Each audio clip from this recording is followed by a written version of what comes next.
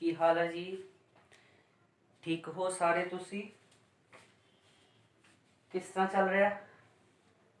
ਗਰਮੀਆਂ ਦਾ ਮੌਸਮ ਅੱਛਾ ਚੱਲ ਰਿਹਾ? ਹਰ ਵਾਰ ਅੱਛਾ ਹੁੰਦਾ, ਇਸ ਵਾਰ ਜ਼ਿਆਦਾ ਅੱਛਾ। ਉਹਦਾ ਕਾਰਨ ਹੈ ਕਿ ਇਸ ਵਾਰ ਗਰਮੀਆਂ ਦੇ ਵਿੱਚ ਅਸੀਂ ਗਰਮੀ ਨੂੰ ਸਹਿਣ ਕਰਨ ਵਾਸਤੇ ਬਾਹਰ ਨਹੀਂ ਜਾ ਰਹੇ, ਆਪਣੇ ਘਰ ਵਿੱਚ ਹੀ ਹਾਂ। ਔਰ ਆਪਣੇ ਘਰ ਦੇ ਵਿੱਚ ਗਰਮੀ ਘੱਟ ਲੱਗਦੀ ਹੈ, ਬਾਹਰ ਗਰਮੀ ਜ਼ਿਆਦਾ ਲੱਗਦੀ ਹੈ। ਚਲ, ਮੈਂ ਰਮਨ ਸ਼ਰਮਾ, ਸਕੋਪ ਅਕੈਡਮੀ ਗੁਰਦਾਸਪੁਰ ਤੋਂ। ਅੱਜ ਅਸੀਂ ਸ਼ੁਰੂ ਕਰਨ ਲੱਗੇ ਹਾਂ ਕਲਾਸ 11th ਕੈਮਿਸਟਰੀ ਦਾ ਨੈਕਸਟ ਅਧਿਆਇ, ਨੈਕਸਟ ਲੈਕਚਰ। ਯਾਦ ਹੈ ਤੁਸੀਂ ਲਾਸਟ ਟਾਈਮ ਕੀ ਪੜ੍ਹਿਆ ਸੀ? ਯਾਦ ਰੱਖਿਆ ਕਰੋ ਯਾਰ। ਅਸੀਂ ਪੜ੍ਹਿਆ ਸੀ ਬੋਹਰਸ ਮਾਡਲ, ਔਰ ਬੋਹਰਸ ਮਾਡਲ ਦੇ ਵਿੱਚੋਂ ਐਕਸਪਲੇਨ ਹੋਇਆ ਐਟੋਮਿਕ ਸਪੈਕਟਰਾ, ਜਿਹਦੇ ਵਿੱਚ ਬੋਹਰਸ ਮਾਡਲ ਦੇ ਕਾਫੀ ਫੀਚਰਸ ਦੀ ਗੱਲ ਕੀਤੀ ਸੀ। ਬੜੀ ਵਾਹਵਾਹੀ ਹੋਈ ਇਹਦੀ। ਔਰ ਉਹਦੇ ਨਾਲ ਹੀ, ਕਿਉਂਕਿ ਬੋਹਰਸ ਮਾਡਲ ਦੀ ਮਦਦ ਨਾਲ ਐਟੋਮਿਕ ਸਪੈਕਟਰਾ ਸਮਝ ਆਇਆ ਸੀ, ਇਸ ਐਟੋਮਿਕ ਸਪੈਕਟਰਾ ਦੇ ਨਾਲ ਅਸੀਂ એનર્ਜੀ ਲੈਵਲ ਵੀ ਸਮਝਿਆ, ਜੋ ਕਿ ਇਲੈਕਟ੍ਰੋਨ ਨੂੰ ਐਕਸਪਲੇਨ ਕਰੇ ਕਰਦਾ ਸੀ ਕਿ ਐਟਮ ਦੇ ਵਿੱਚ ਇਲੈਕਟ੍ਰੋਨ ਕਿਸ ਪ੍ਰਕਾਰ ਰੀਸਾਈਡ ਕਰਦੇ ਨੇ। ਅੱਜ ਦਾ ਸਾਡਾ ਟੌਪਿਕ ਬੋਹਰਸ ਥਿਊਰੀ ਦੇ ਆਪੋਜ਼ਿਟ ਬੋਲਦਾ। ਕਹਾਣੀ ਨੂੰ ਅੱਜ ਅੱਗੋਂ ਸ਼ੁਰੂ ਕਰਦੇ ਹਾਂ। ਜਿੱਥੇ ਬੋਹਰਸ ਥਿਊਰੀ ਦੇ ਪਿਛਲੇ ਲੈਕਚਰ ਦੇ ਵਿੱਚ ਕਾਫੀ ਖਿਤਾਬ ਦੱਸੇ, ਫੈਸਿਲਿਟੀ ਦੱਸੀ, ਫੀਚਰ ਦੱਸੇ, ਅੱਜ ਵਾਰੀ ਆਉਂਦੀ ਹੈ ਕਿ ਬੋਹਰਸ ਥਿਊਰੀ ਵੀ ਖਤਮ ਕਰ ਦਿੱਤੀ ਗਈ, ਇਹਨੂੰ ਵੀ ਡ੍ਰੌਪ ਕਰ ਦਿੱਤਾ ਗਿਆ। ਕਾਰਨ ਕੀ ਸੀ, ਆਓ ਗੱਲ ਕਰਦੇ ਹਾਂ। ਸੋ ਟੌਪਿਕ ਹੈ ਲਿਮਿਟੇਸ਼ਨਸ ਆਫ ਬੋਹਰ ਥਿਊਰੀ, ਔਰ ਮੈਂ ਪੁਆਇੰਟ ਟੂ ਪੁਆਇੰਟ ਸਮਝਾਉਣਾ, ਕਿਉਂਕਿ ਇੱਕ ਵਾਰ ਫਿਰ ਬੋਲਦਾ, ਨੋਟਸ ਮੇਰੇ ਅਵੇਲੇਬਲ ਨੇ। ਫਿਰ ਅਸੀਂ ਕਿਉਂ ਇੰਨਾ ਥੋਰੈਟੀਕਲ ਕੰਮਾਂ 'ਚ ਜਾਈਏ। ਮੇਰੇ ਲੈਕਚਰ ਨੂੰ ਧਿਆਨ ਨਾਲ ਸੁਣੋ, ਚੀਜ਼ ਆਰਾਮ ਨਾਲ ਸਮਝ ਆ ਜਾਏਗੀ। ਸੋ ਬੋਹਰ ਮਾਡਲ ਦਾ ਸਭ ਤੋਂ ਪਹਿਲਾ ਡਰਾਬੈਕ ਕੀ ਸੀ? ਜਿੱਥੇ ਉਹਨੇ ਐਟੋਮਿਕ ਸਪੈਕਟਰਾ ਨੂੰ ਐਕਸਪਲੇਨ ਕੀਤਾ, ਪਰ detail explanation of atomic spectra ਨਹੀਂ ਕਰ ਪਾਇਆ। ਐਕਸਪਲੇਨੇਸ਼ਨ ਕੀਤੀ ਗਈ ਪਰ ਡਿਟੇਲ ਨਹੀਂ, ਡੈਪਥ ਵਿੱਚ ਜਾ ਕੇ ਨਹੀਂ। ਸਿੱਧਾ ਹੀ ਉਹਨਾਂ ਨੇ ਕਹਿਤਾ ਇੱਕ ਲਾਈਨ ਬਣਦੀ ਹੈ, ਔਰ ਲਾਈਨ ਜਿਹੜੀ ਆ ਉਹ ਇਲੈਕਟ੍ਰੋਨ ਦੇ ਅਪਰ ਲੈਵਲ ਤੋਂ ਲੋਅਰ ਲੈਵਲ ਤੇ ਜਾਣ ਨਾਲ ਬਣਦੀ ਹੈ। ਪਰ ਅਸਲ ਦੇ ਵਿੱਚ ਜਦੋਂ ਜ਼ਿਆਦਾ ਵਧੀਆ ਸਪੈਕਟਰੋਸਕੋਪਿਕ ਟੈਕਨੀਕ ਦੀ ਵਰਤੋਂ ਕੀਤੀ ਗਈ, ਤਾਂ ਇਹਨਾਂ ਲਾਈਨਸ ਦੇ ਵਿੱਚ ਹੋਰ ਵੀ ਸਬ ਲਾਈਨ ਸੀ। ਇਹ ਸਪੈਕਟਰਾ ਇੰਨਾ ਸਿੰਪਲ ਨਹੀਂ ਹੈਗਾ, ਪਰ ਬੋਹਰ ਥਿਊਰੀ ਨੇ ਇਹਨੂੰ ਸਿੰਪਲੀਫਾਈਡ ਫਾਰਮ 'ਚ ਹੀ ਸਮਝਾਇਆ, ਇਹਨੂੰ ਡਿਟੇਲ ਫਾਰਮ 'ਚ ਨਹੀਂ ਕਰਵਾਇਆ। ਸੋ ਐਸੀ ਇਹਦੀ ਪਹਿਲੀ ਡਰਾਬੈਕ। ਬੋਹਰ ਥਿਊਰੀ ਦੀ ਦੂਸਰੀ ਡਰਾਬੈਕ ਇਹ ਸੀ ਕਿ, ਜੋ ਮੈਂ ਪਹਿਲਾਂ ਵੀ ਸ਼ਾਇਦ ਦੱਸ ਚੁੱਕਿਆ, ਬੋਹਰ ਮਾਡਲ ਨੇ ਐਟੋਮਿਕ ਸਪੈਕਟਰਾ ਐਕਸਪਲੇਨ ਕੀਤਾ, ਪਰ ਸਿਰਫ ਓਨਲੀ ਸਿੰਗਲ ਇਲੈਕਟ੍ਰੋਨ ਦੇ ਉੱਤੇ ਹੀ ਇਹਦੀ ਐਕਸਪਲੇਨੇਸ਼ਨ ਹੋਈ ਹੈ, ਸਿਰਫ ਸਿੰਗਲ ਇਲੈਕਟ੍ਰੋਨ ਤੇ। ਜੇ ਮਲਟੀ ਇਲੈਕਟ੍ਰੋਨ ਦੀ ਗੱਲ ਕੀਤੀ ਜਾਏ ਤੇ ਕੋਈ ਵੀ ਐਕਸਪਲੇਨੇਸ਼ਨ ਨਹੀਂ ਕੀਤੀ ਗਈ, ਨੋ। ਔਰ ਕਿਉਂਕਿ ਇੱਕ ਐਟਮ ਤੇ ਹੁੰਦਾ ਨਹੀਂ ਸਾਡੇ ਕੋਲ, ਐਟਮ ਜਿਹੜੇ ਨੇ ਉਹ ਅਲੱਗ-ਅਲੱਗ ਐਲੀਮੈਂਟ ਦੇ ਨੇ। ਹਾਈਡਰੋਜਨ ਤੋਂ ਬਾਅਦ ਹੀਲੀਅਮ ਦਾ ਨੰਬਰ ਆ ਰਿਹਾ, ਲੀਥੀਅਮ, ਸੋਡੀਅਮ, ਪੋਟਾਸ਼ੀਅਮ, ਪਤਾ ਨਹੀਂ ਕਿੰਨੇ ਐਲੀਮੈਂਟ ਨੇ, ਔਰ ਹਰੇਕ ਐਲੀਮੈਂਟਸ ਦੇ ਵਿੱਚ ਇਲੈਕਟ੍ਰੋਨ ਦੀ ਗਿਣਤੀ ਜ਼ਿਆਦਾ। ਔਰ ਅਲੱਗ-ਅਲੱਗ ਇਲੈਕਟ੍ਰੋਨ ਦਾ ਅਗਰ ਅਪਰ ਲੈਵਲ ਤੋਂ ਲੋਅਰ ਲੈਵਲ ਜਾਏਗਾ ਤੇ ਇਸ ਹਿਸਾਬ ਨਾਲ ਤੇ ਬਹੁਤ ਸਾਰੀਆਂ atomic lines, atomic spectra define ਬਣੇਗਾ। ਉਹਨੂੰ ਐਕਸਪਲੇਨ ਨਹੀਂ ਕੀਤਾ ਗਿਆ, ਸਿਰਫ ਇੱਕ ਇਲੈਕਟ੍ਰੋਨ ਯਾਨੀ ਕਿ ਹਾਈਡਰੋਜਨ ਦੀ ਗੱਲ ਕੀਤੀ, ਔਰ ਹਾਈਡਰੋਜਨ ਦੇ ਇੱਕ ਇਲੈਕਟ੍ਰੋਨ ਤੇ ਹੀ ਸਾਰੀ ਚਰਚਾ ਕਰਕੇ ਖਤਮ ਕਰ ਦਿੱਤੀ ਗਈ। Bohr model of an atom could not explain the line spectra of the atoms containing more than one electron. Clear ਹੋਈ ਗੱਲ? ਉਹਦੇ ਤੋਂ ਬਾਅਦ ਜੇ ਨੰਬਰ ਗੱਲ ਕੀਤੀ ਹੈ ਤੀਸਰੀ, ਵੀ ਤੀਸਰਾ ਡਰਾਬੈਕ ਕੀ ਸੀ? ਤੀਸਰਾ ਡਰਾਬੈਕ ਹੈਗਾ ਸੀ ਜ਼ੀਮੈਨ ਇਫੈਕਟ। ਐਕਸਪਲੇਨ ਨਹੀਂ ਕੀਤਾ ਗਿਆ ਇਹ effect. What is Zeeman effect? ਜਾਣਦੇ ਹੋ ਤੁਸੀਂ? ਮੈਂ ਤੁਹਾਨੂੰ ਦੱਸਦਾ। ਜੋ ਐਟੋਮਿਕ ਸਪੈਕਟਰਾ ਆਬਜ਼ਰਵ ਕੀਤਾ ਗਿਆ ਉਹ ਬੋਹਰ ਮਾਡਲ ਦੀ ਥਿਊਰੀ ਦੁਆਰਾ, ਉਸ ਐਟੋਮਿਕ ਸਪੈਕਟਰਾ ਨੂੰ ਅਗਰ ਕਿਸੇ ਮੈਗਨੈਟਿਕ ਫੀਲਡ ਦੇ ਵਿੱਚ ਰੱਖ ਦਿੱਤਾ ਗਿਆ, ਸ਼ਾਇਦ ਇੱਧਰ ਨਾਰਥ ਪੋਲ ਲਗਾ ਕੇ ਤੇ ਸਾਊਥ ਪੋਲ ਲਗਾ ਕੇ, ਤੇ ਇਹ ਐਟੋਮਿਕ ਸਪੈਕਟਰਾ ਦੀਆਂ ਜਿਹੜੀਆਂ ਲਾਈਨਸ ਸੀ ਨਾ, ਇਹ ਐਕਸਪਲੇਨ ਹੋਣ ਲੱਗ ਪਈ ਕਿ ਫਰਦਰ ਸਬ ਡਿਵੀਜ਼ਨ ਹੋਣ ਲੱਗ ਪਈ ਇਹ ਹੋਰ ਟੁੱਟਣੀਆਂ ਸ਼ੁਰੂ ਹੋ ਗਈਆਂ, ਇਹਨਾਂ ਦੇ ਵਿੱਚ ਹੋਰ ਵੀ ਜ਼ਿਆਦਾ ਵਖਰੇਵਾਂ ਆ ਗਿਆ, that is distribution ਹੋ ਗਈ। ਇਹਨੂੰ ਆਪਾਂ ਜ਼ੀਮਨ ਇਫੈਕਟ ਕਹਿੰਦੇ ਆ। whenever the line spectra is further distributed into sublines under the effect of magnetic field it is called Zeeman effect। Zeeman effect क्यों होया? magnetic field लगान दे उत्ते magnetic field लगान ते atomic spectra ਦੇ ਵਿੱਚ ਇਹ ਜੋ change आया ਉਹਨੂੰ Zeeman effect ਕਹਿੰਦੇ ਆ ਔਰ ਇਹਨੂੰ explain ਨਹੀਂ ਕੀਤਾ ਗਿਆ। ਇਸੇ ਤਰ੍ਹਾਂ ਹੀ ਇੱਕ ਹੋਰ effect ਹੁੰਦਾ ਔਰ ਉਸ effect ਦਾ ਨਾਮ ਹੈਗਾ Stark effect। Stark effect Stark effect ਉਦੋਂ ਐਟੋਮਿਕ ਸਪੈਕਟਰਾ ਨੇ ਦਿੱਤਾ ਜਦੋਂ ਇਸ ਐਟੋਮਿਕ ਸਪੈਕਟਰਾ ਦੇ ਅਲੋਂਗ ਤੁਸੀਂ ਇਲੈਕਟ੍ਰਿਕ ਫੀਲਡ ਲਗਾ ਦਿੱਤਾ। ਇਲੈਕਟ੍ਰਿਕ ਫੀਲਡ ਕੀ ਲਗਾਓਗੇ? ਇੱਕ ਪਾਸੇ ਪੋਜ਼ਿਟਿਵ ਟਰਮੀਨਲ ਲਗਾ ਦਿਓ, ਇੱਕ ਪਾਸੇ ਨੈਗੇਟਿਵ ਟਰਮੀਨਲ ਲਗਾ ਦਿਓ ਤੇ ਵਿੱਚ ਇਲੈਕਟ੍ਰਿਕ ਫੀਲਡ ਬਣ ਜਾਂਦਾ ਵਾ। ਠੀਕ ਹੈ। ਇਫੈਕਟ ਦੇਖੋ ਨਾਲ ਦੇ ਨਾਲ ਹੀ ਨਾ ਜ਼ੀਮਨ ਇਫੈਕਟ ਦੇ ਨਾਲ ਨਾਲ एक होर कॉन्सैप्ट चलिया दैट इज स्टार इफेक्ट। वो की सी?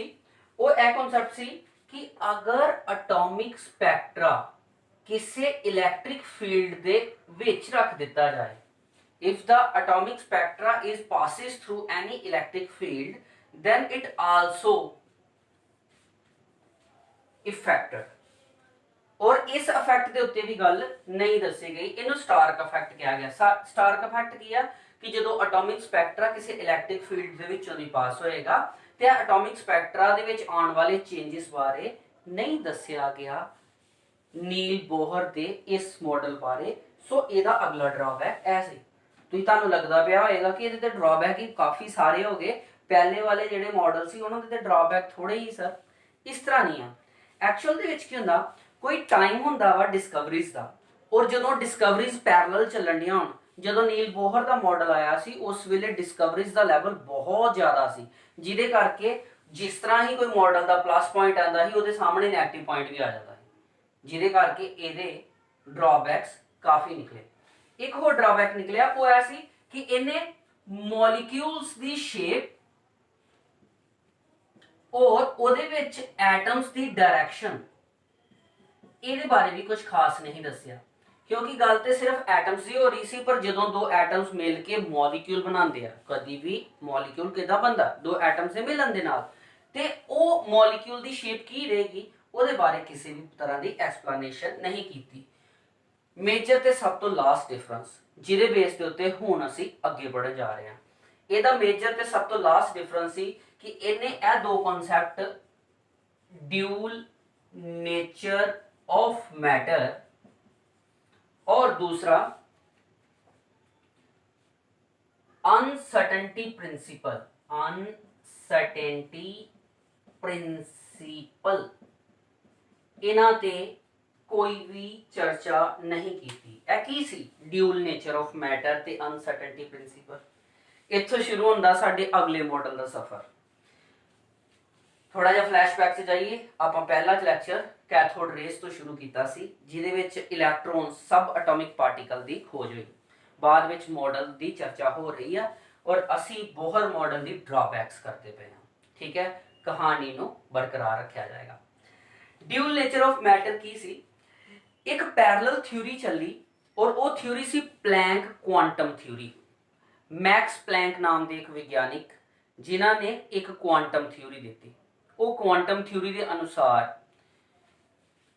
लाइट जिन्हों की असी सिर्फ एक वेव की तरह मनते हैं, इस थ्योरी के अनुसार लाइट नू पार्टिकल की तरह मन्निया गया, यानी कि रेडिएशंस जिहड़ियां सी उन्हां नू मन्निया गया कि रेडिएशंस एक तरह के की हुंदे ने पार्टिकल्स नाल मिलके बनी होंदियां। इत्थों तक क्लीयर हो गया होएगा तुहानू? ठीक है, मैं इनू अरेज कर देना क्योंकि मैं सिर्फ इनू एक्सप्लोर ही किया, तुहानू सब कुछ नोट्स विच मिल जाएगा। ठीक है, ओके। ते गल आंदी है साडे कोल उस टाइम दी जदों नील बोहर ने अपने सारे फीचर्स देते ही ते पैरेलल वाइज एक थ्योरी होर चलदी पई सी, वो सी मैक्स प्लैंक ने दित्ती सी थ्योरी। इनू नाम दिता गया प्लैंक्स क्वांटम थ्योरी। और यह थ्योरी की सी और किस बेस ते सी, ਇਹਦੀ चर्चा करते हैं। इस थ्योरी ਨੂੰ पुट फॉरवर्ड ਕਰਨ ਦੇ ਲਈ दो मेजर कारण ਮੰਨੇ ਜਾਂਦੇ ਆ, और वो दो मेजर कारण की है ਉਹਦੇ ਤੇ मैं चर्चा कर लगा। इत्थे तक समझ आ गया? ਕਾਪੀ ਪੈਨ ਦੇ ਉੱਤੇ ਮੇਰੀਆਂ ਗੱਲਾਂ ਨੂੰ ਨੋਟ ਜ਼ਰੂਰ ਕਰਿਆ ਕਰੋ, ਕਿਉਂਕਿ ਮੈਂ ਕਾਫੀ ਸਾਰੀਆਂ ਚੀਜ਼ਾਂ ਇਹੋ ਜਿਹੀਆਂ ਵੀ ਬੋਲ ਸਕਦਾ ਜੋ ਕਿ ਤੁਹਾਨੂੰ ਆਉਣ ਵਾਲੇ ਟਾਈਮ ਦੇ ਵਿੱਚ ਕਿਸੇ ਸਟੇਟਮੈਂਟ ਨੂੰ ਪ੍ਰਪੇਅਰ ਕਰਨ 'ਚ ਹੈਲਪ ਕਰਨਗੀਆਂ।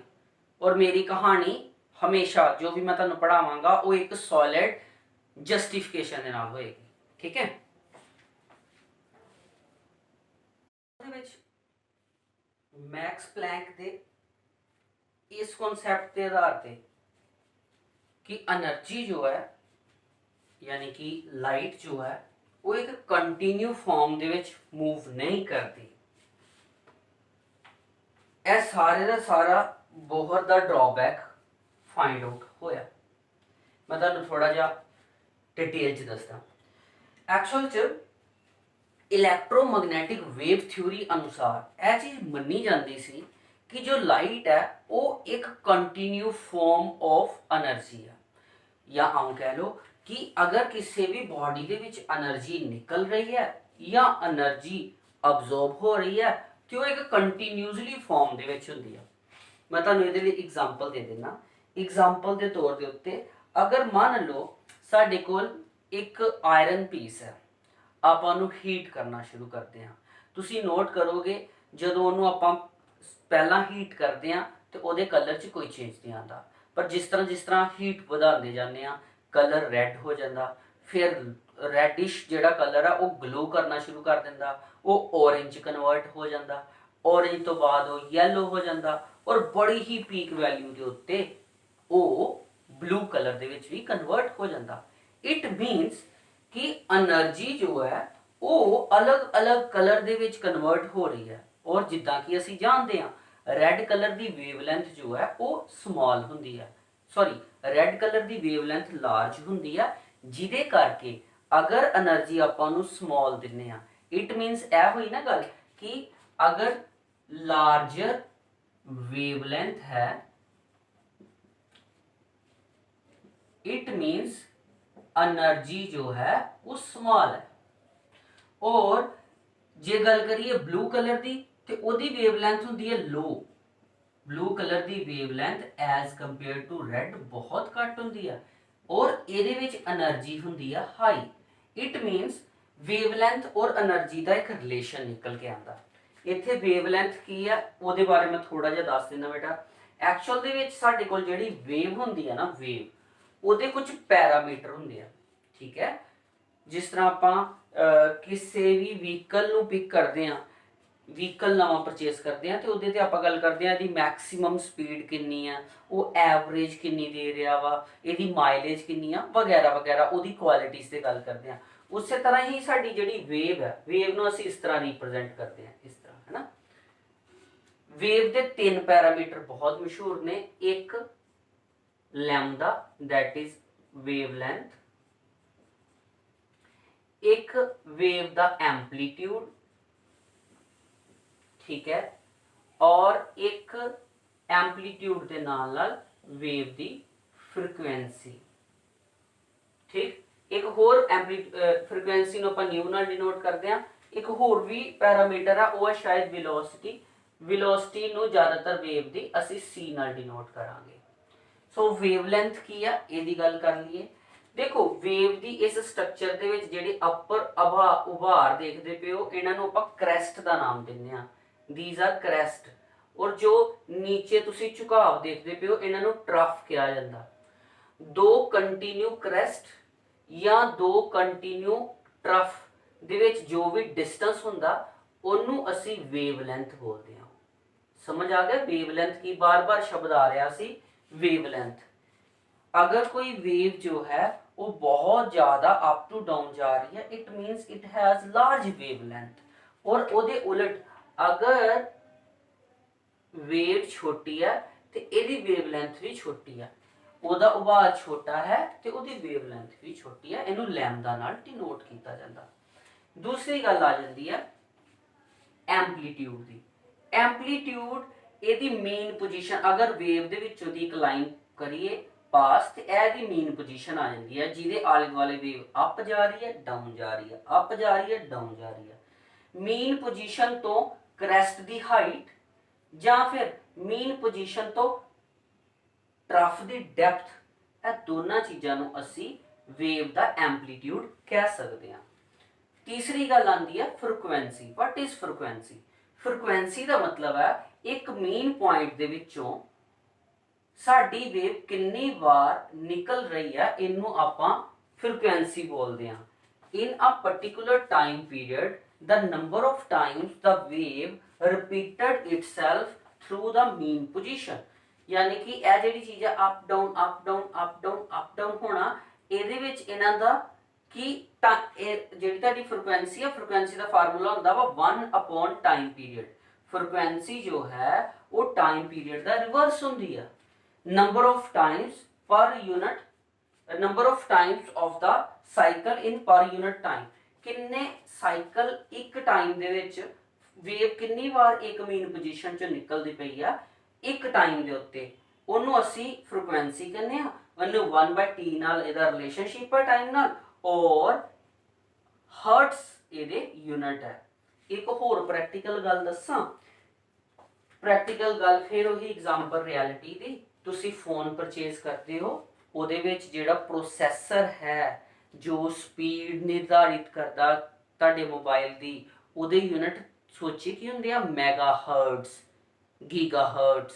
ਇਹ ਜਿਹੜੇ ਹਰਟਸ ਹੈ ਇਹ ਫ੍ਰੀਕੁਐਂਸੀ ਦੱਸਦੇ ਆ ਕਿ ਪ੍ਰੋਸੈਸਰ ਦੇ ਹਮੇਸ਼ਾ ਯੂਨਿਟ ਕਿਉਂ ਹਰਟਸ ਵਿੱਚ ਹੁੰਦੇ, ਕਿਉਂਕਿ ਇਹਦਾ ਵੀ ਐਗਜ਼ੀਕਿਊਸ਼ਨ ਦਾ ਕੰਮ ਹੁੰਦਾ, number of processes execute per unit time.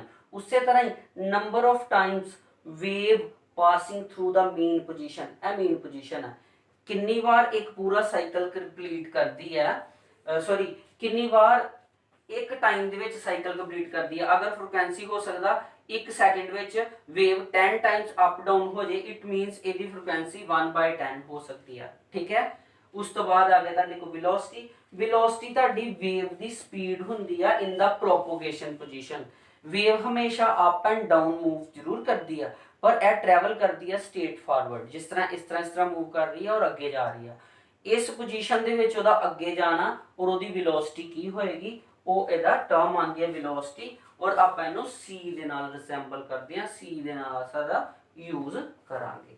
ਅੱਛਾ ਚਲੋ ਵਾਪਸ ਆ ਜਾਂਦੇ ਹਾਂ। ਮੈਂ ਤੁਹਾਨੂੰ ਇਹ ਦੱਸਿਆ ਕਿ ਇਲੈਕਟ੍ਰੋਮੈਗਨੈਟਿਕ ਵੇਵ ਥਿਊਰੀ ਦੇ ਅਨੁਸਾਰ ਲਾਈਟ ਨੂੰ ਕੰਟੀਨਿਊਸ ਫਾਰਮ ਆਫ એનર્ਜੀ ਦਾ ਦਰਜਾ ਦਿੱਤਾ ਗਿਆ, ਜਿਹਦੇ ਵਿੱਚ ਮੈਂ ਤੁਹਾਨੂੰ ਐਗਜ਼ਾਮਪਲ ਦਿੱਤੀ ਕਿ ਜਿਸ ਤਰ੍ਹਾਂ ਆਇਰਨ ਨੂੰ ਤੁਸੀਂ ਹੀਟ ਕਰੀ ਜਾਂਦੇ ਹੋ, ਆਇਰਨ ਆਪਣਾ ਕਲਰ ਚੇਂਜ ਕਰੀ ਜਾਂਦਾ, ਰੈੱਡ ਟੂ ਬਲੂ ਤੱਕ ਜਾਂਦੇ ਹੋਏ ਇਹ ਚੀਜ਼ ਨੋਟ ਆਈ ਕਿ ਰੈੱਡ ਵੇਲੇ ਵੇਵਲੈਂਥ ਜ਼ਿਆਦਾ ਸੀ ਔਰ ਬਲੂ ਤੱਕ ਪਹੁੰਚਦੇ ਹੋਏ ਵੇਵਲੈਂਥ ਘੱਟ ਹੋ ਗਈ।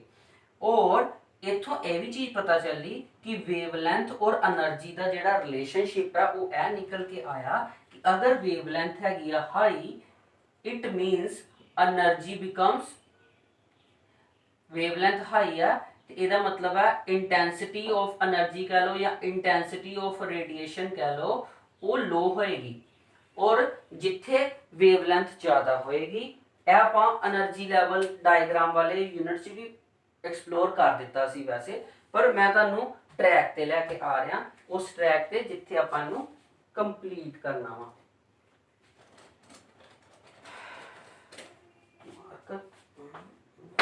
ਚਲੋ ਕੋਈ ਗੱਲ ਨਹੀਂ। It means according to electromagnetic wave theory the waves are always in continuous form, ठीक। but दो एक्सेप्शनल केस ਇਹੋ ਜਿਹੇ ਆਏ ਜਿਨਨੇ ਇਲੈਕਟ੍ਰੋਮੈਗਨੈਟਿਕ ਥਿਊਰੀ ਨੂੰ ਵੀ ਚੈਲੰਜ ਕੀਤਾ ਔਰ ਮੈਕਸ ਪਲੈਂਕ ਦੁਆਰਾ ਪਲੈਂਕ ਕੁਆਂਟਮ ਥਿਊਰੀ ਬਣਾਉਣ ਦੇ ਵਿੱਚ ਹੈਲਪਫੁਲ ਵੀ ਹੋਏ। ਉਹ ਦੋ ਕੇਸ ਹੈਗੇ ਸੀ, ਬਲੈਕ बॉडी रेडिएशंस, पहला ही गल कर लेंगे, दूसरा केस बाद च गल करते हैं। जिथे ਕਿਸੇ ਵੀ ਬੋਡੀ ਦੇ ਵਿੱਚ એનર્ਜੀ ਦੀ ਐਂਟਰੈਂਸ ਔਰ ਐਗਜ਼ਿਟ ਵੇਵ ਲੈਂਥ ਦੇ ਅਨੁਸਾਰ ਹੋ ਰਹੀ ਸੀ। ਉੱਥੇ ਇੱਕ ਇਹੋ ਜੀ ਬੋਡੀ ਵੀ ਦੇਖਣ ਨੂੰ ਆਈ ਜਿਹਦਾ ਨਾਮ ਦਿੱਤਾ ਗਿਆ perfect black body. Black body ਸ਼ਬਦ ਉਸ ਬੋਡੀ ਨੂੰ ਕਿਹਾ ਜਾਂਦਾ ਵਾ ਜੋ ਕਿ ਹਰ ਪ੍ਰਕਾਰ ਦੀ ਰੇਡੀਏਸ਼ਨਸ ਨੂੰ ਆਪਣੇ ਅੰਦਰ ਅਬਜ਼ੌਰਬ ਕਰਨ ਦੀ ਕੁਆਲਿਟੀ ਰੱਖਦੀ ਆ, ਜਾਂ ਫਿਰ ਹਰ ਪ੍ਰਕਾਰ ਦੀ ਰੇਡੀਏਸ਼ਨ ਨੂੰ ਆਪਣੇ ਤੋਂ ਅਮਿਟ ਕਰਨ ਦੀ ਕੁਆਲਿਟੀ ਰੱਖਦੀ ਆ। It is a body on which any type of radiation if falls, अलग-अलग तरह ਦੀਆਂ ਰੇਡੀਏਸ਼ਨਸ ਪੈ ਰਹੀਆਂ, ਵੱਡੀ ਵੇਵਲੈਂਥ ਦੀਆਂ ਵੀ ਛੋਟੀ ਵੇਵਲੈਂਥ ਦੀਆਂ ਵੀ।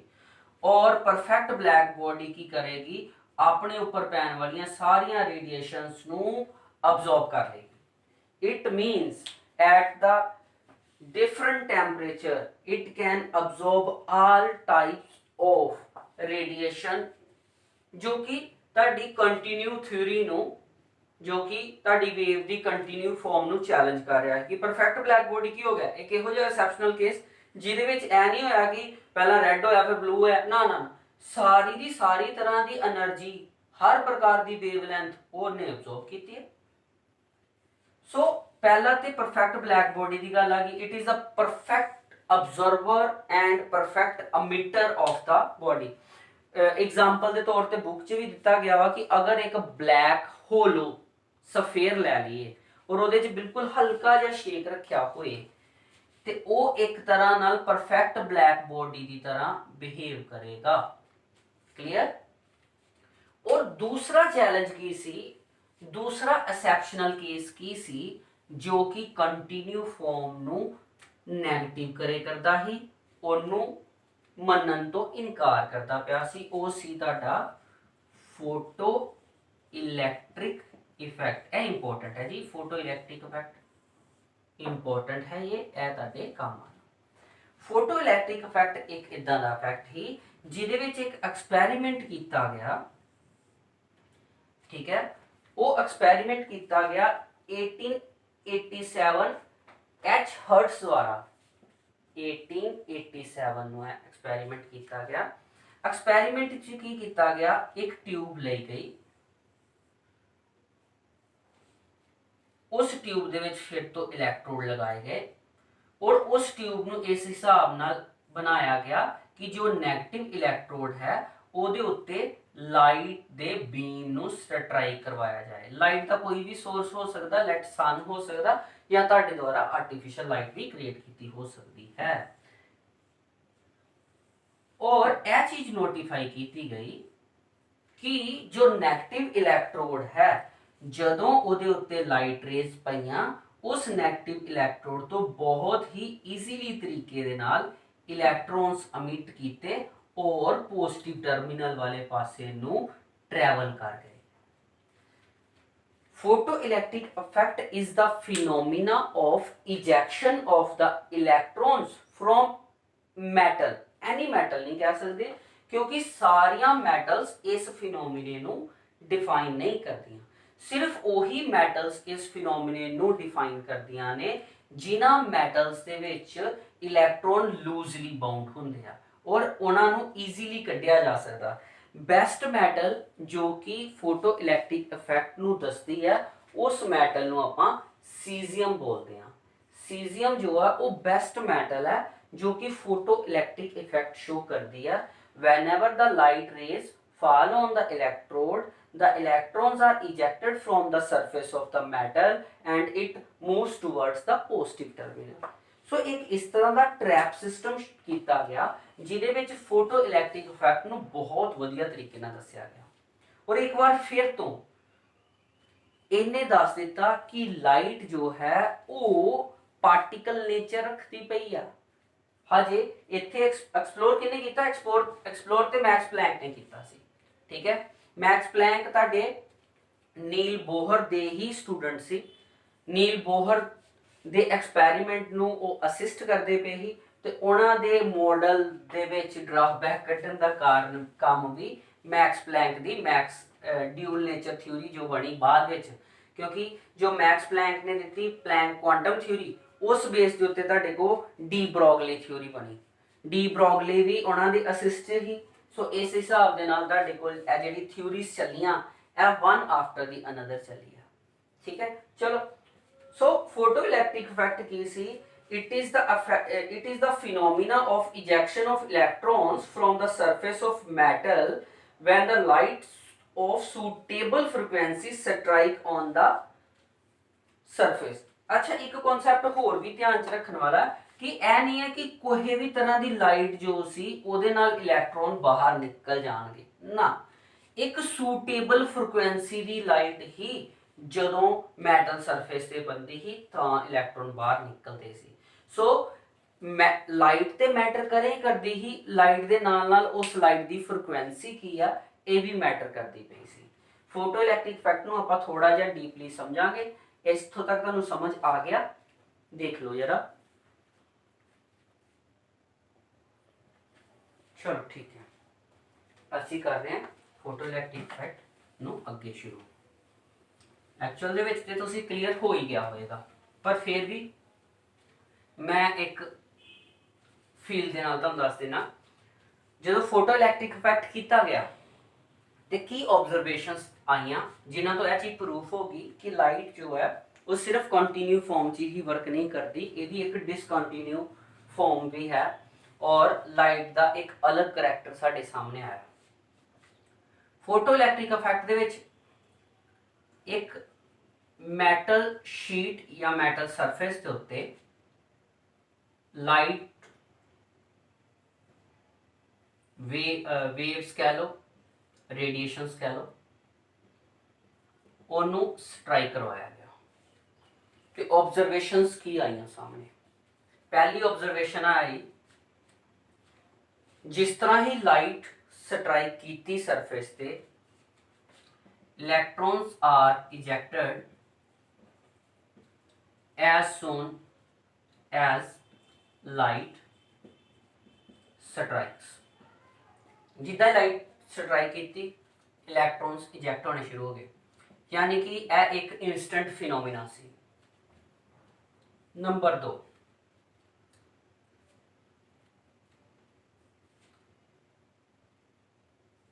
Light should have frequency, should have minimum frequency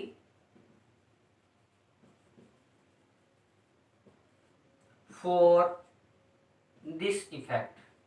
ਇਹ ਇਫੈਕਟ ਨੂੰ ਟੇਕ ਪਲੇਸ ਕਰਨ ਵਾਸਤੇ ਮਿਨੀਮਮ ਫ੍ਰੀਕੁਐਂਸੀ ਲਾਈਟ ਨੂੰ ਚਾਹੀਦੀ ਸੀ ਔਰ ਉਸ ਮਿਨੀਮਮ ਫ੍ਰੀਕੁਐਂਸੀ ਨੂੰ ਥ੍ਰੈਸ਼ੋਲਡ ਫ੍ਰੀਕੁਐਂਸੀ ਦਾ ਨਾਮ ਦਿੱਤਾ ਗਿਆ, ਜਿਹਨੂੰ ਨਿਊ ਨॉट ਕਿਹਾ। ਯਾਨੀ ਕਿ ਅਗਰ ਲਾਈਟ ਇਸ ਫ੍ਰੀਕੁਐਂਸੀ ਤੋਂ ਘੱਟ ਸਟ੍ਰਾਈਕ ਕਰਦੀ ਹੀ ਤੇ ਇਲੈਕਟ੍ਰੋਨ ਬਾਹਰ ਨਹੀਂ ਨਿਕਲਦੇ। ਔਰ ਇਹ ਮਿਨੀਮਮ ਫ੍ਰੀਕੁਐਂਸੀ ਹਰੇਕ ਮੈਟਲ ਵਾਸਤੇ ਅਲੱਗ-ਅਲੱਗ ਹੈ। ਸੀਜ਼ੀਅਮ, ਰਬੇਡੀਅਮ, ਉਸ ਤੋਂ ਇਲਾਵਾ ਪੋਟਾਸ਼ੀਅਮ, ਇਹ ਉਹ ਮੈਟਲ ਸੀ ਜਿਹੜੀਆਂ ਮੈਟਲਸ ਬਹੁਤ ਜ਼ਿਆਦਾ ਇਹ ਫਿਨੋਮੀਨਾ ਨੂੰ ਦੱਸਦੀਆਂ ਸੀ। ਉਹਨਾਂ ਦੀ ਥ੍ਰੈਸ਼ੋਲਡ ਫ੍ਰੀਕੁਐਂਸੀ ਅਲੱਗ-ਅਲੱਗ ਸੀ ਔਰ ਥ੍ਰੈਸ਼ੋਲਡ ਫ੍ਰੀਕੁਐਂਸੀ ਤੋਂ ਅਗਰ ਲਾਈਟ ਘੱਟ ਸਟ੍ਰਾਈਕ ਕਰਦੀ ਹੀ ਤੇ ਇਹ ਫਿਨੋਮੀਨਾ ਨਹੀਂ ਹੁੰਦਾ। ਨੰਬਰ 3, ਜਦੋਂ ਲਾਈਟ ਇੱਥੇ ਜਾ ਕੇ ਸਟ੍ਰਾਈਕ ਕਰਦੀ ਸੀ ਤੇ ਜਿਹੜੇ ਇਲੈਕਟ੍ਰॉन्स ਬਾਹਰ ਨਿਕਲਦੇ ਸੀ ਉਹਨਾਂ ਨੂੰ ਇੱਕ ਸਪੈਸ਼ਲ ਨਾਮ ਦਿੱਤਾ ਗਿਆ, ਉਹਨਾਂ ਨੂੰ ਕਿਹਾ ਗਿਆ ਫੋਟੋ ਇਲੈਕਟ੍ਰॉन्स। ਔਰ ਇਹ ਜਿਹੜੇ ਫੋਟੋ ਇਲੈਕਟ੍ਰॉन्स ਜਾਂ ਇਲੈਕਟ੍ਰॉन्स ਕਹਿ ਦਈਏ, ਇਹਨਾਂ ਦੀ ਜਿਹੜੀ ਕਾਇਨੈਟਿਕ એનર્ਜੀ ਸੀ ਉਹ ਡਿਪੈਂਡ ਕਿਸ ਚੀਜ਼ ਤੇ ਕਰਦੀ ਸੀ? ਉਹ ਡਿਪੈਂਡਸ ਕਰਦੀ ਸੀ ਔਨ ਫ੍ਰੀਕੁਐਂਸੀ, ਕਿਸ ਫ੍ਰੀਕੁਐਂਸੀ ਦੀ ਲਾਈਟ ਇਹਨਾਂ ਤੇ ਸਟ੍ਰਾਈਕ ਕਰੇ ਕਰਦੀ ਆ। ਔਰ ਜਿੰਨੀ ਜ਼ਿਆਦਾ ਫ੍ਰੀਕੁਐਂਸੀ ਥ੍ਰੈਸ਼ੋਲਡ ਫ੍ਰੀਕੁਐਂਸੀ, ਕਿਉਂਕਿ ਮਿਨੀਮਮ ਫ੍ਰੀਕੁਐਂਸੀ ਜਿਹਦੇ ਨਾਲ ਜਸਟ ਇਲੈਕਟ੍ਰੋਨ ਬਾਹਰ ਨਿਕਲਣਗੇ ਉਹ ਤੁਹਾਡੀ ਥ੍ਰੈਸ਼ੋਲਡ ਫ੍ਰੀਕੁਐਂਸੀ ਹੈ, ਪਰ ਉਹਦੇ ਤੋਂ ਬਾਅਦ ਜਿੰਨੀ ਵੱਧ ਫ੍ਰੀਕੁਐਂਸੀ ਦੀ ਲਾਈਟ ਇੱਥੇ ਸਟ੍ਰਾਈਕ ਕਰੇਗੀ, ਬਚੀ ਹੋਈ ਫ੍ਰੀਕੁਐਂਸੀ ਕਾਇਨੈਟਿਕ એનર્ਜੀ ਨੂੰ ਚਲੇ ਜਾਂਦੀ ਹੀ ਔਰ ਇਲੈਕਟ੍ਰੋਨ ਨਿਕਲਣ ਤੋਂ ਬਾਅਦ ਤੇਜ਼ੀ ਨਾਲ ਮੂਵ ਕਰਦੇ।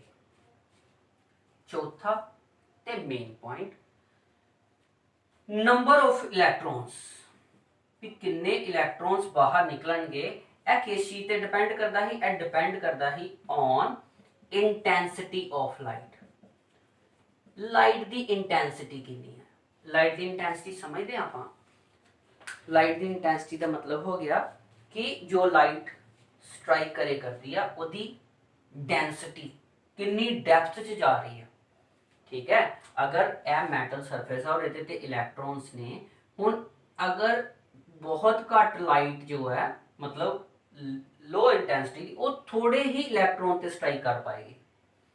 ज़्यादा सरफेस के उत्ते ज़्यादा वड्डे सरफेस की वेव चाहिए, ज़्यादा डेंस वेव चाहिए।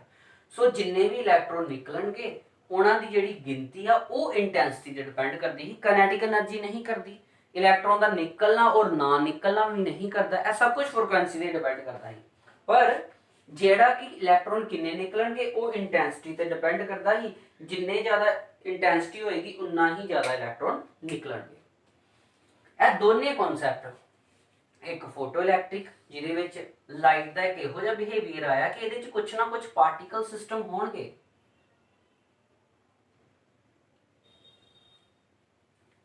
और ब्लैक बॉडी रेडिएशन, यह दोनों ने चीज प्रूफ कर दी कि नहीं लाइट कंटिन्यू फॉर्म नहीं है, लाइट एक डिसकंटिन्यू फॉर्म है। ठीक है, सो यह दोने एक्सेप्शनल केस या दोने एक्सपेरिमेंट्स या दोने स्पेशल केस दे बेस के उत्ते मैक्स प्लैंक होना दी प्लैंक्स क्वांटम थ्योरी सानू देखने को मिली। मैक्स प्लैंक ने दी सी प्लैंक क्वांटम थ्योरी।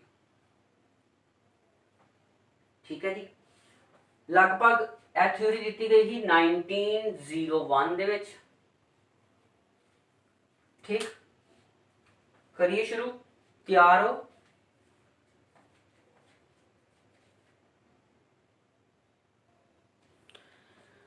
सो मैक्स प्लैंक ने जिहड़ी थ्योरी दी वो एकदम उस वेले दे चल रहे सीजन दे विच, उस वेले चल रही डिस्कवरी च एक ऑपोजिट मोड है। अजे तक यह मन्निया जा रहा है कि लाइट या वेव कंटिन्यू फॉर्म च एक्ट करदियां ने। आपां पढ़िया भी है जिहड़ा टॉपिक स्पैक्ट्रा कीता उहदे विच लाइट की जदों गल कीती उहदे विच हर एक सीरीज आई है ना, पढ़िया ना आपां पैशन सीरीज, ब्रैकेट सीरीज, यह जिहड़ियां सीरीज आईयां सी एक कंटिन्यू फॉर्म ही डिस्क्राइब करदियां पईयां सी। पर मैक्स प्लैंक ने अपनी जो थ्योरी दी उन्हें यह थ्योरी दी कि लाइट जो है वो वेव ही नहीं, वो पार्टिकल भी है। लाइट छोटे छोटे पार्टिकल्स की बनी हुई है। वो थ्योरी के मेन पॉइंट सी light is made up of small energy particles, और उस पार्टिकल्स को की नाम दिता गया, उस पार्टिकल को नाम दिता गया क्वांटा, या फिर इन केस ऑफ लाइट इस पार्टिकल को कह दिता गया फोटोन। यह आगे चलता ही रहना तुहाडा नाम फोटोन। ठीक है, सो प्लैंक क्वांटम थ्योरी के अनुसार रेडिएंट एनर्जी जो किसी भी बॉडी के विचों एनर्जी जो निकल रही है वो कंटिन्यू फॉर्म च नहीं निकलती पई, वो डिसकंटिन्यू फॉर्म च निकलती पई है। यानी कि अगर एक बॉडी है और वो एनर्जी अमिट करती पई है, बहुत ज़्यादा गर्म हो गई है बॉडी और एनर्जी छड्डेगी है ना, अमिट करेगी। अगर कोई बड़ी ज़्यादा गर्म कर देने घर दे विच, खास करके किचन दे विच जदों चपाती बनाने उस तो बाद तवा रख दिता जाता एक जगह ते उहदे चों हीट निकलती है। इन्होंने यह कहा कि वो जी हीट निकले करती है, जो एनर्जी निकलती पी है वो कंटिन्यू फॉर्म च नहीं है, वो डिसकंटिन्यू फॉर्म च है। ठीक है, वो डिस्क्रीट फॉर्म च है। और जदों एनर्जी अमिट हो रही है या अब्जॉर्ब हो रही है वो डिस्क्रीट फॉर्म च हो रही है, और वो छोटे तो छोटा पैकेट जिस फॉर्म दे विच एनर्जी अमिट हो रही है या अब्जॉर्ब हो रही है उस पैकेट नूं नाम क्वांटा दे दिता गया। लाइट के केस विच एक क्वांटा एक फोटोन कहा जाता। ठीक है, सो इन्होंने यह गल करती अपने पहले पॉइंट। दूसरे पॉइंट यह गल की कि एक क्वांटा की एनर्जी जो छोटा पैकेट लाइट जो एनर्जी का छोटा हिस्सा डिस्क्रीट फॉर्म निकली वह एक छोटे तो छोटे जिहड़ा एनर्जी का पैकेट है वो डायरेक्टली प्रोपोर्शनल होएगा frequency of the radiant energy, यानी कि फ्रीक्वेंसी पे डिपेंड करेगा। एनर्जी उन्नी ही ज़्यादा होएगी जिन्नी ज़्यादा फ्रीक्वेंसी होए। बाद विच इस प्रोपोर्शनैलिटी का साइन हटा के असी एच नू इंट्रोड्यूस कराया। एच की सी, एच तुहाडा प्लैंक कांस्टेंट ही, और हर जगह ते यूज हो रहा। ईवन आपां इस चीज नू पढ़न तो पहला भी एच नू यूज कर चुके हैं। 6.626 into 10 raise to the power -34 joule एदा जूल सेकंड एदा वैल्यू आंदा। हालांकि यह वैल्यू कांस्टेंट नहीं है, यह वैल्यू वेरी करती है, लगभग एक्यूरेट वैल्यू तुहानू अजे तक इहदी नहीं मिले करती। ठीक है,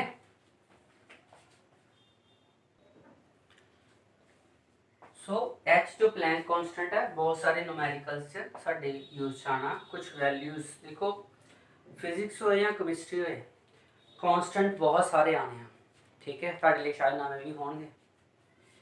सो ए कांस्टेंट नू किते अलग नोटिफाई कर लो, नहीं तो अपने दिमाग दे विच इन्हां नू चंगी तरह रट लो, क्योंकि बहुत काम आने हैं।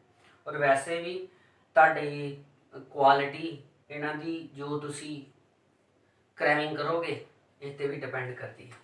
अच्छा, यह देखो कि एक क्वांटा दी एनर्जी, अगर n नंबर ऑफ क्वांटा निकल रहे होन किसी भी बॉडी चों जो कि एनर्जी अमिट करे करती है या ऑब्जॉर्व करे करती है, तो total energy emitted or absorbed by the quanta is body is total energy emitted or absorbed by the body is की होएगा n times of the, यह एक क्वांटा दी एनर्जी, अगर n क्वांटा निकले तो टोटल एनर्जी नहीं आगी। याद रखियो यह तो हैगी तुहाडे कोल फ्रीक्वेंसी, फ्रीक्वेंसी द रिलेशनशिप है velocity of wave divide by wavelength. Frequency is equal to, अगर आप गल लाइट की करे करते हैं तो लाइट के केस में जी वेलोसिटी है उन्होंने सी नाल डिनोट किया जाता और वेवलेंथ लैम्डा। इट मीनस इस जगह के उत्ते ई की वैल्यू की आ गई N H C by lambda. Hope so सारे दिखाई दे रहा होगा, N H C by lambda.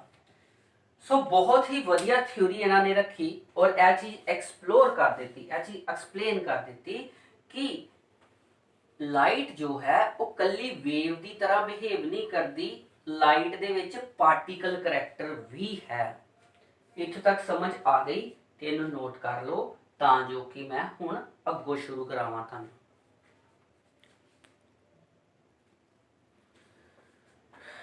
ठीक है जी। सो प्लैंक क्वांटम थ्योरी तुहाडी इस तरह एक्सप्लोर हो गई। उस तो बाद प्लैंक क्वांटम थ्योरी नू होर भी एक्सपैंड किया गया। किहदे द्वारा किया गया? वो किया गया डी ब्रोगले द्वारा, डी ब्रोगले, और दिता गया डी ब्रोगले हाइपोथेसिस। हाइपोथेसिस बेटा ला की तरह ही होंदा, इन्हों आप सजैशन कह सकते हैं। हाइपोथेसिस का मतलब होता सजैशन दिता उन्होंने ना, सजैशन किया, सजैस्ट किया। क्योंकि डी ब्रोगले कुछ नहीं, एक तरह की मोडिफिकेशन सी तुहाडे को प्लैंक क्वांटम थ्योरी की। प्लैंक क्वांटम थ्योरी ने यह चीज एक्सप्लोर कर दी सी कि लाइट जो है ओदा ड्यूल करैक्टर है, वो वेव की तरह बिहेव करती है, ये नाल नाल ओदे विच पार्टिकल करैक्टर भी है, और उस पार्टिकल नू फोटोन का नाम दे दिता गया। डी ब्रोगले ने इसे कॉन्सैप्ट की एक्सटेंशन की थी और डी ब्रोगले ने यह कह दिता कि बहुत सारे माइक्रोस्कोपिक पार्टिकल जो ने उन्होंने पार्टिकल करैक्टर भी है और वेव की तरह बिहेव भी करते हैं। यानी कि कई तो वही गल वो उल्ट कह दी। प्लैंक क्वांटम थ्योरी ने कहा ही वेव एक पार्टिकल है, डी ब्रोगले हाइपोथेसिस ने कहता कि एक पार्टिकल जदों मोशन च हुंदा ते वो वेव की तरह बिहेव करता, और उन्होंने यह थ्योरी जो दी सी वो माइक्रोस्कोपिक पार्टिकल दे उत्ते दी सी, और माइक्रोस्कोपिक पार्टिकल स्पैशली इलैक्ट्रॉन थे। और इलैक्ट्रॉन की इस थ्योरी का सानू बेनीफिट अगे की मिलना वा क्योंकि आप एटम के अंदरूनी गल्लां करते पे हाँ, तो इलैक्ट्रॉन की रेजिडेंसी की गल होनी है इत्थे इलैक्ट्रॉन कित्थे रह रहा किद्दां रह रहा। डी ब्रोगली हाइपोथेसिस ने यह सजेस्ट किया all the moving microscopic particles are behaving like waves wave की तरह बिहेव करते हैं जिन्ने भी पार्टिकल्स ने ईवन उन्होंने कहने के अनुसार ते बिगर बॉडीज भी जिदा हूँ असी हाँ बिगर बॉडी में एक बॉल है ठीक है एक मूविंग पेंडुलम है ये सारे दे सारे जो मोशन च ने तो इन्हां च वेव करैक्टर हुंदा वेव करैक्टर की वैल्यू घट वध हो सकती है पार्टिकल जिन्ना ज़्यादा छोटा होएगा उन्ना ही ज़्यादा उन्होंने वेव करैक्टर हुंदा और वो मूविंग पार्टिकल का जिहड़ा वेव करैक्टर है उसकी wavelength lambda de Broglie hypothesis द्वारा h/mv फाइंड आउट हुई और h/mv नु असी h/p यानी कि मोमेंटम भी कह सकते हैं। यह कित्थों एक्सप्लोर होया आओ देखते हैं डेरिवेशन डी ब्रोगली हाइपोथेसिस दी। देखो तुहानू पता प्लैंक्स क्वांटम थ्योरी ने सानू यह कॉन्सैप्ट दिता सी energy emitted or absorbed by in the always emitted or absorbed in the form of quanta and this energy of quanta associated with it is equal to h into frequency of the radiation। ठीक है उससे वेले इस theory यानी कि dual nature of matter the S character नु explain किया गया आइंस्टाइन द्वारा भी। आइंस्टाइन ने इक्वेशन दी सी E = mc स्क्वायर इनू एनर्जी मास इक्वलेंस भी बोलते हैं। ਇਹਦੇ अनुसार यह चीज़ मन्नी जाती है एनर्जी और मास जिन्ना भी मास है उन्होंने एनर्जी दे विच तब्दील किया जा सकता।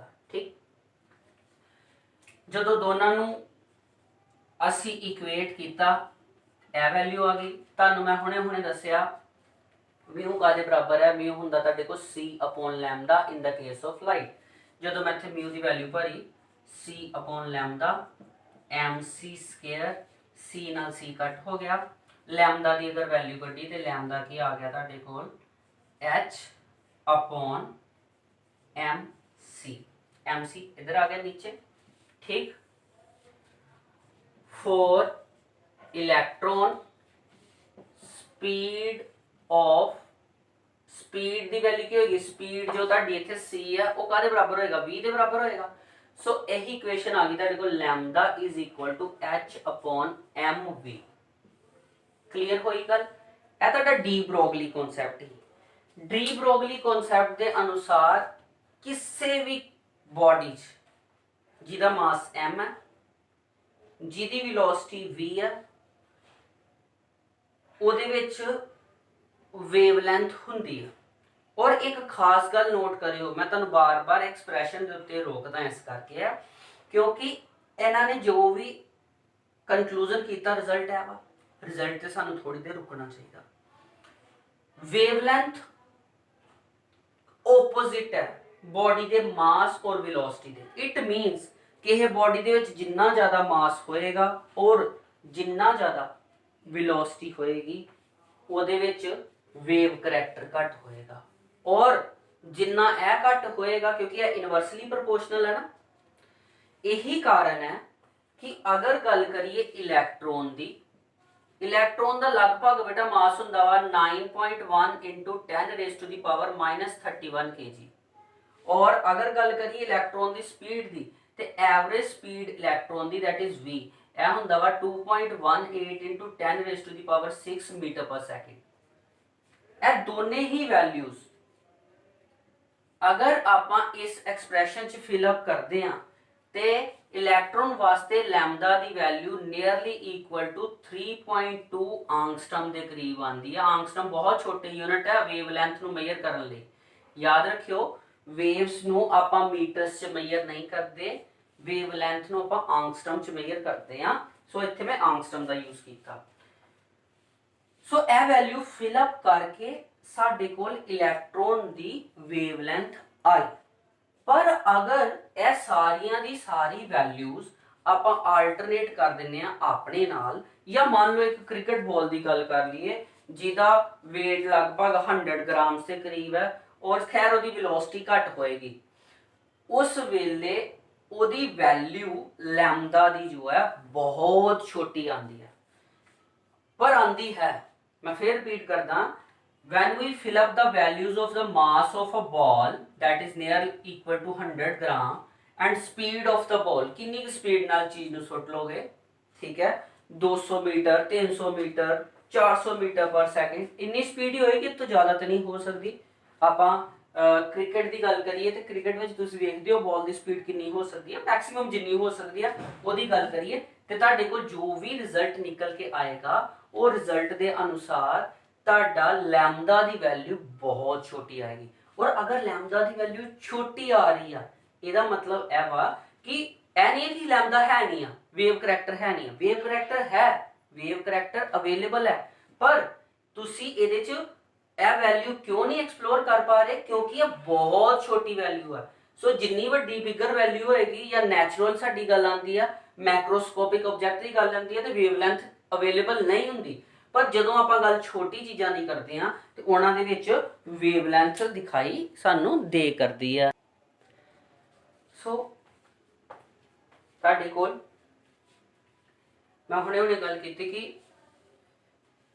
डी ब्रोगली हाइपोथेसिस लाइट दे ਲਈ नहीं सी, वो छोटे पार्टिकल ਲਈ सी। उन्होंने गल की सी microscopic particles electron proton neutron ਲਈ, और उन्होंने यह कहा सी कि जिन्ने छोटे पार्टिकल्स ने उन्होंने दे विचकार मूविंग पार्टिकल्स, याद रखियो all moving particles behave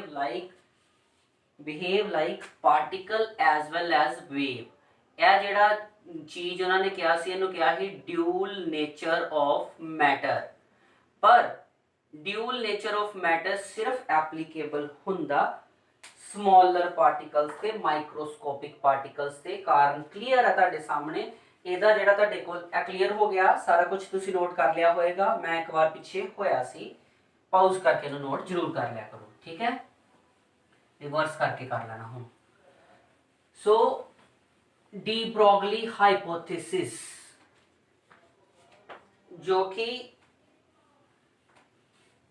nearly explain कर गया lambda is equal to h upon m v, वो यह चीज एक्सप्लेन कर गया कि हर एक पार्टिकल दे विच जिहदा मास एम है, जिहदी वेलोसिटी वी है, ओदी वेवलेंथ हुंदी है।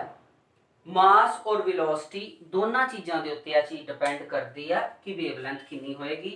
मास जिन्ना मन्यूट जिन्ना छोटा होएगा, वेवलेंथ भी तुहाडे कोल उन्नी ही वड्डी होएगी। और all the microscopic particle strongly hold wave character. ਇਹਦੀਆਂ मैं काफ़ी सारी एग्जाम्पल्स ਤੁਹਾਨੂੰ दे सकदा। फॉर एग्जाम्पल तुसी एक गल नोट करियो, अगर तुसी एक बहुत हैवी व्हीकल के उत्ते ट्राई मतलब मूव करते पे हो तो हैवी व्हीकल कभी भी वाइब्रेशन नहीं देंदे। मतलब एक इहो जे व्हीकल ते तुसी बैठ के जा रहे हो जो कि बहुत हैवी है, जिन्हां दी स्ट्रेंथ बड़ी स्ट्रोंग है, फॉर एग्जाम्पल बुलेट हो गया, क्या तुहानूं उहदे विच इस तरह वाइब्रेशन महसूस होएगी? बिल्कुल नहीं होएगी। बट जिस तरह ही तुसी बहुत हल्के व्हीकल की गल करते हो, जो कि बिल्कुल हल्की बाइक हो सकती है या कई बार शायद कोई साइकिल वगैरह, तुसी एक प्रकार का वेव मोशन फील करोगे। जस्ट एग्जाम्पल है, ज़्यादा एक्सपेरिमेंटल ट्रुथ नहीं।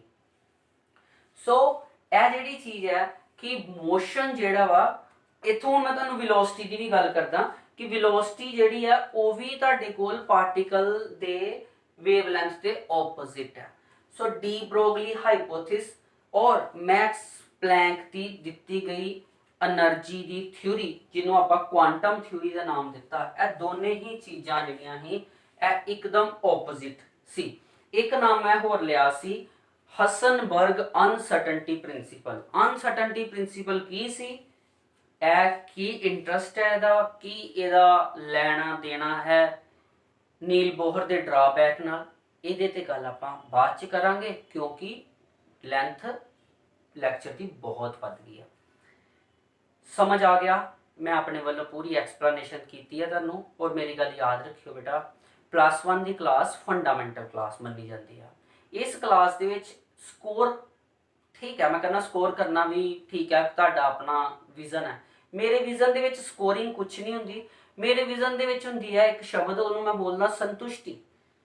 ਟੀਚਰ ਦੁਆਰਾ ਪੜਾਇਆ ਗਿਆ ਅਗਰ ਤੁਹਾਨੂੰ ਸਮਝ ਆ ਗਿਆ ਤੇ ਤੁਹਾਡੇ ਮਨ ਨੂੰ ਸੰਤੁਸ਼ਟੀ ਮਿਲੇਗੀ, ਔਰ ਨਾਲ ਦੇ ਨਾਲ ਤੁਸੀਂ ਆਪਣੇ ਆਪ ਦੇ ਵਿੱਚ ਇੱਕ ਅੱਛੀ ਚੀਜ਼ ਫੀਲ ਕਰੋਗੇ।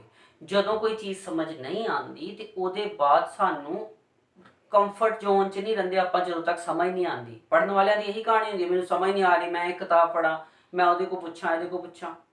ਉਹ ਮੇਰੀ ਕੋਸ਼ਿਸ਼ ਇਹੀ ਹੈ ਕਿ ਤੁਸੀਂ ਮੇਰੇ ਲੈਕਚਰ ਨੂੰ ਰੈਗੂਲਰ ਦੇਖਦੇ ਰਹੋ, ਇਹਨੂੰ ਸਮਝੋ, ਔਰ ਗਰੰਟੀ ਕਰਨਾ ਇੱਕ ਇੱਕ ਚੀਜ਼ ਸਮਝ ਆਏਗੀ, ਔਰ ਇੱਕ ਕਹਾਣੀ ਦੀ ਤਰ੍ਹਾਂ।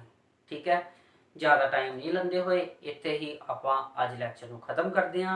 अगर लैक्चर वधिया लग्या तो लाइक कर दिओ, और सब तो जरूरी चीज़ है इनू अपने सर्कल च फॉरवर्ड जरूर करो, एक बार अपने दोस्तों नाल शेयर जरूर करो। ओके बेटा, हैव अ नाइस डे।